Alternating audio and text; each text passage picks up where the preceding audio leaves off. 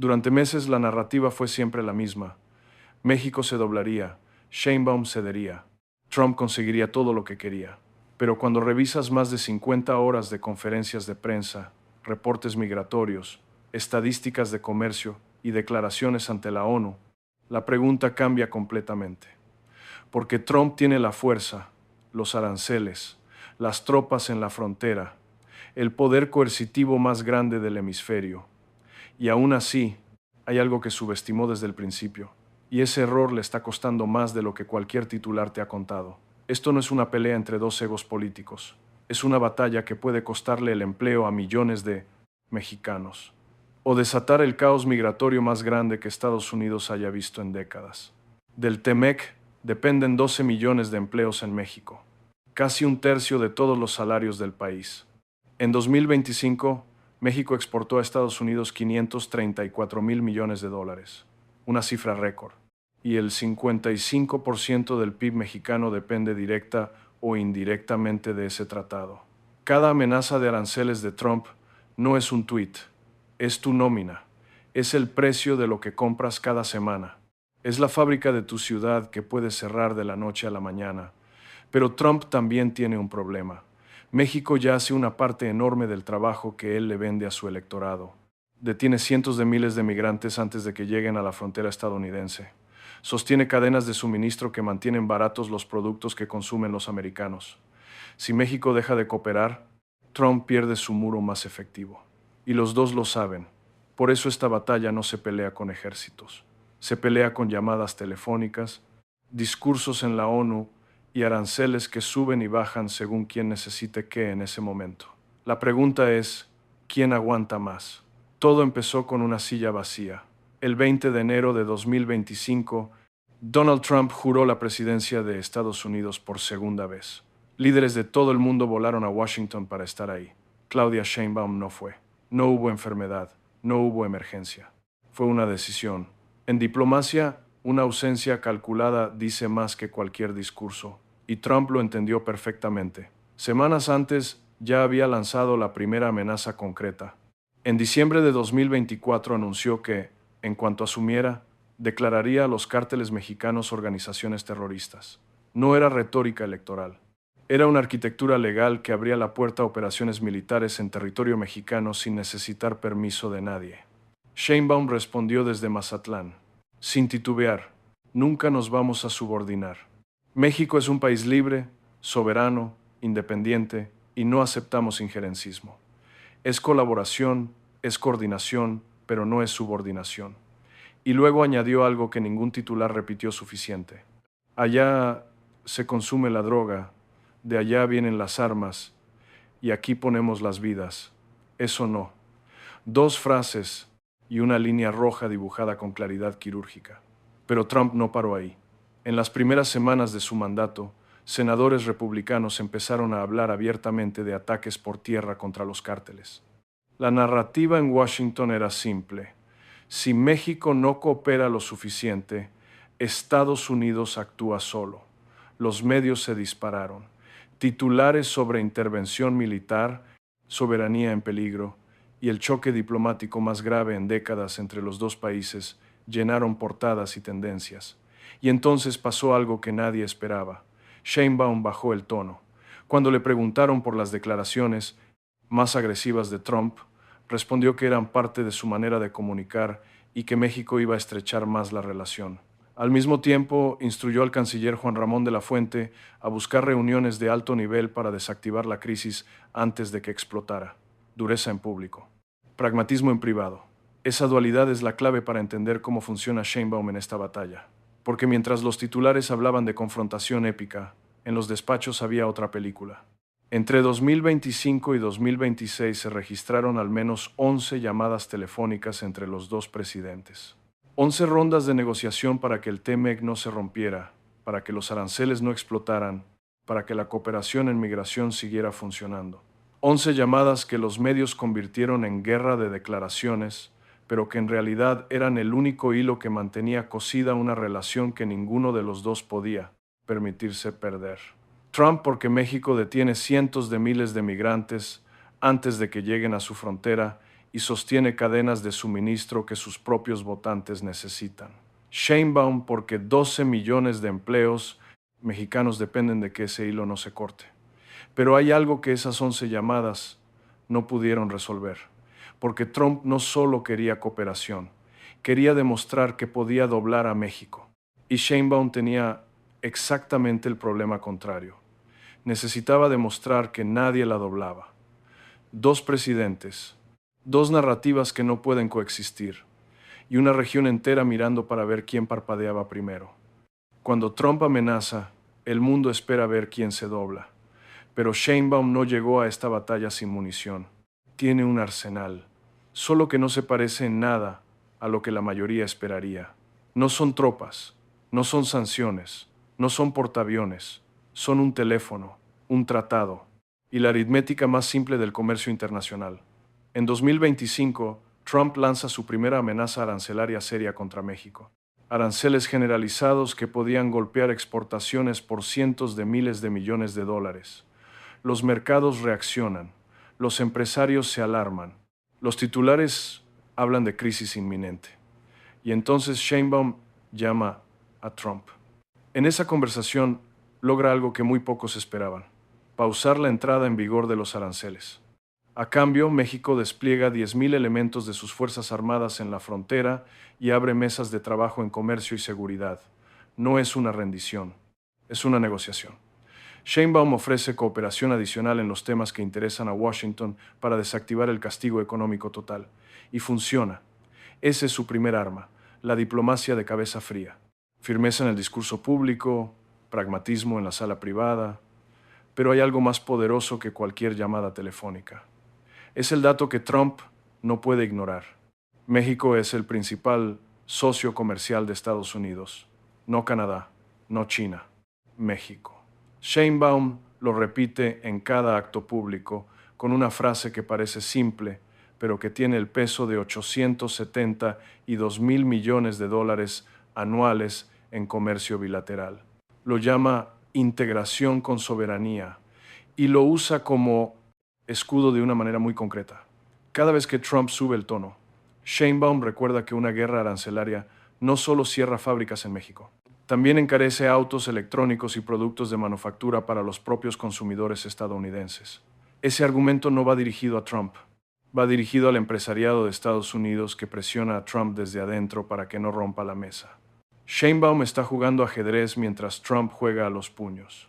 Cuando Trump y sus aliados proponen ataques militares contra los cárteles en territorio mexicano, Sheinbaum activa su segunda línea de defensa. Sale a la ONU, pide al organismo que asuma su papel ante las amenazas de intervención en Venezuela. Critica su inacción con una frase que nadie esperaba de una presidenta latinoamericana en ese tono. No se le ha visto. Que asuma su papel para evitar cualquier derramamiento de sangre. No se refugia pasivamente en los organismos multilaterales. Los interpela, los pone en evidencia. Y al hacerlo, eleva el costo político de cualquier exceso de Washington ante la comunidad internacional. Al mismo tiempo, convoca junto a Honduras a 9 países de la región para emitir una declaración conjunta contra las deportaciones masivas de Trump. Belice, Brasil, Colombia, Costa Rica, Cuba, Guatemala. Un frente diplomático que no tiene ejércitos, pero sí voz. Y en el tablero internacional, la voz colectiva de una región entera es más difícil de ignorar que cualquier amenaza unilateral. Pero la herramienta más sorprendente de Sheinbaum no es ninguna de las anteriores. Es algo que Trump construyó sin querer. Cada vez que sube el tono, cada vez que habla de intervención militar o de narcoterrorismo, cada vez que amenaza con aranceles que sus propios empresarios temen, le está dando a Sheinbaum exactamente lo que necesita para consolidar su imagen ante México y ante América Latina, la de una presidenta que no se dobla ante el poder más grande del hemisferio. Y esa imagen vale más que cualquier acuerdo comercial, porque mientras Trump grita, Sheinbaum gobierna. Pero hay una pregunta que todavía no tiene respuesta. ¿Hasta cuándo puede sostenerse ese equilibrio? Hay una pregunta que los defensores de Sheinbaum prefieren no hacerse. ¿A qué precio está resistiendo? Porque detrás de cada amenaza frenada, de cada arancel pausado, de cada operación militar que no ocurrió, hay una factura, y esa factura la están pagando personas que no aparecen en ningún titular. En 2025, Sheinbaum firma un acuerdo de seguridad con Estados Unidos, más cooperación en inteligencia, más coordinación fronteriza, más intercambio de información sobre fentanilo y armas. El gobierno lo presenta como una victoria diplomática, una prueba de que México puede colaborar sin subordinarse. Pero desde la izquierda y desde organizaciones de derechos humanos, la lectura es distinta. Lo que ven no es soberanía, es militarización, más soldados en la frontera, más dispositivos de control, más presencia de Fuerzas Armadas mexicanas haciendo el trabajo que Washington exige para no aplicar aranceles. En 2026, México y Estados Unidos acuerdan modernizar cruces fronterizos e implementar inspecciones conjuntas de carga. El discurso oficial habla de seguridad y facilitación del comercio. Pero para los críticos, la lógica es más simple. México sigue construyendo el muro que Trump prometió, solo que con bandera mexicana. Y luego está la migración. Sheinbaum critica públicamente las redadas de ICE. Dice que la migración no se resuelve con violencia ni con arrestos, que hay que atender las causas de raíz. Pero mientras dice eso, México mantiene y refuerza sus propios controles migratorios en coordinación con Washington. Cientos de miles de personas detenidas antes de llegar a la frontera estadounidense. Un filtro que Trump vende como logro de su gobierno, pero que en realidad opera con recursos, soldados y decisiones mexicanas. Organismos de Naciones Unidas y defensores de derechos humanos señalan la brecha entre el discurso y la práctica. Entre la presidenta que habla de dignidad humana y el país que contiene migrantes para evitar que Trump active sus aranceles, esa grieta no es pequeña y crece con cada deportación. Pero hay algo que ningún acuerdo ha podido resolver. En mayo de 2026, Trump vuelve a hablar. Y dice exactamente lo mismo que dijo en 2024. Si México no hace su trabajo contra las drogas, nosotros lo haremos. Una ofensiva terrestre contra los cárteles, respaldada ahora por una estrategia nacional antidrogas que los cataloga formalmente como grupos terroristas. Sheinbaum ha logrado que esa amenaza no se materialice, pero no ha logrado que desaparezca, porque Trump no abandona la lógica del ultimátum, la pausa, la guarda, y la saca de nuevo cada vez que necesita presionar. Eso significa que la estrategia de Sheinbaum funciona para ganar tiempo, para evitar el desastre inmediato, para mantener el TEMEC vivo y los aranceles a raya, pero no funciona para desactivar de raíz el modelo de presión de Trump. Y eso tiene un techo, porque cada acuerdo de seguridad que firma tiene un costo político, interno. Cada despliegue militar en la frontera erosiona un poco más su legitimidad ante quienes la eligieron esperando algo diferente. Cada migrante detenido en Chiapas es una contradicción que sus críticos le cobrarán más tarde. La pregunta no es si Sheinbaum puede resistir hoy. La pregunta es cuánto puede conceder antes de que su propia base le pase la factura. Y esa es la batalla que Trump no necesita ganar con aranceles ni con tropas. Solo necesita esperar. Hay una forma fácil de responder quién está ganando esta batalla. Trump tiene el ejército más grande del mundo, la economía más poderosa del hemisferio, y el control de los aranceles que pueden hundir a México en semanas. Comparado con eso, Sheinbaum tiene un teléfono y una constitución. Pero esa no es la forma correcta de medir esta batalla, y los datos lo demuestran. Empecemos por lo que Trump sí ha conseguido.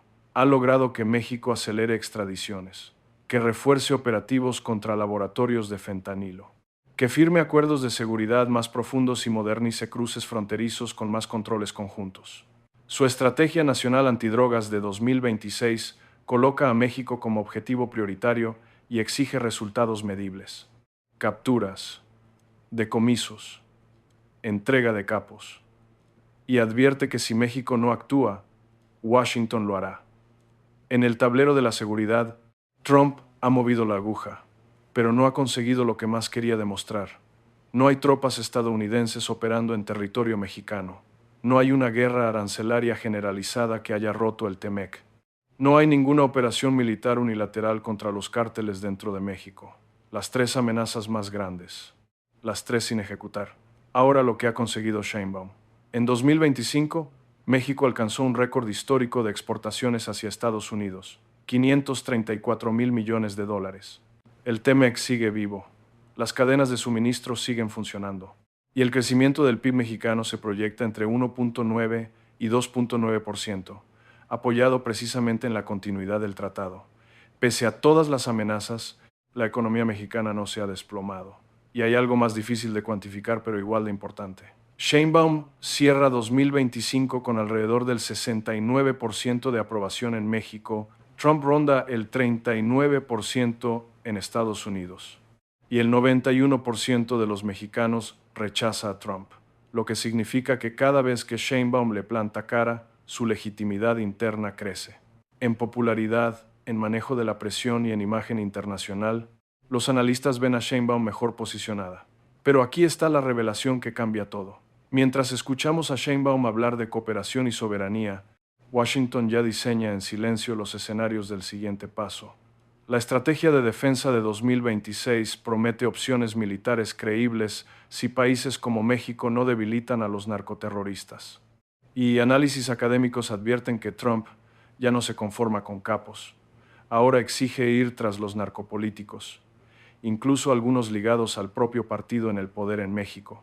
Eso no es una amenaza retórica, es una arquitectura de presión que se está construyendo en documentos oficiales mientras esta batalla sigue viva. Entonces, ¿quién está ganando? Depende de cómo midas la victoria. Si mides en soberanía formal, Sheinbaum gana. No hay un solo soldado extranjero en México. Si mides en economía, Sheinbaum gana. El TEMEC está vivo y las exportaciones son récord.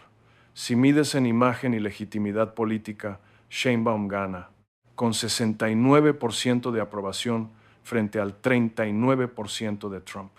Pero si mides en presión acumulada, en concesiones en seguridad, en la profundidad de los acuerdos que México ha tenido que firmar para evitar el desastre, Trump ha ido ganando terreno sin disparar un solo tiro. Un análisis lo resume con precisión. Esta no es una pelea de frases, es una pelea de quién comete menos errores. Y en ese terreno, Sheinbaum lleva ventaja porque no convierte cada provocación de Trump en un pleito personal.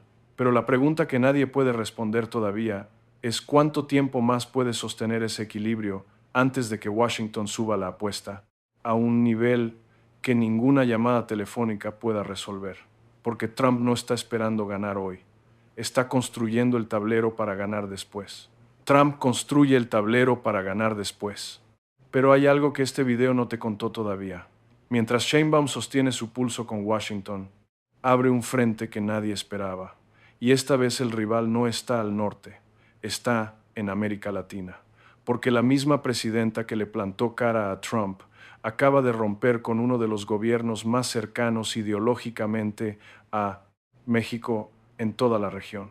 Y lo que desató esa ruptura tiene todo para convertirse en algo mucho más grande que un conflicto diplomático. Eso es exactamente lo que analizamos en el siguiente video.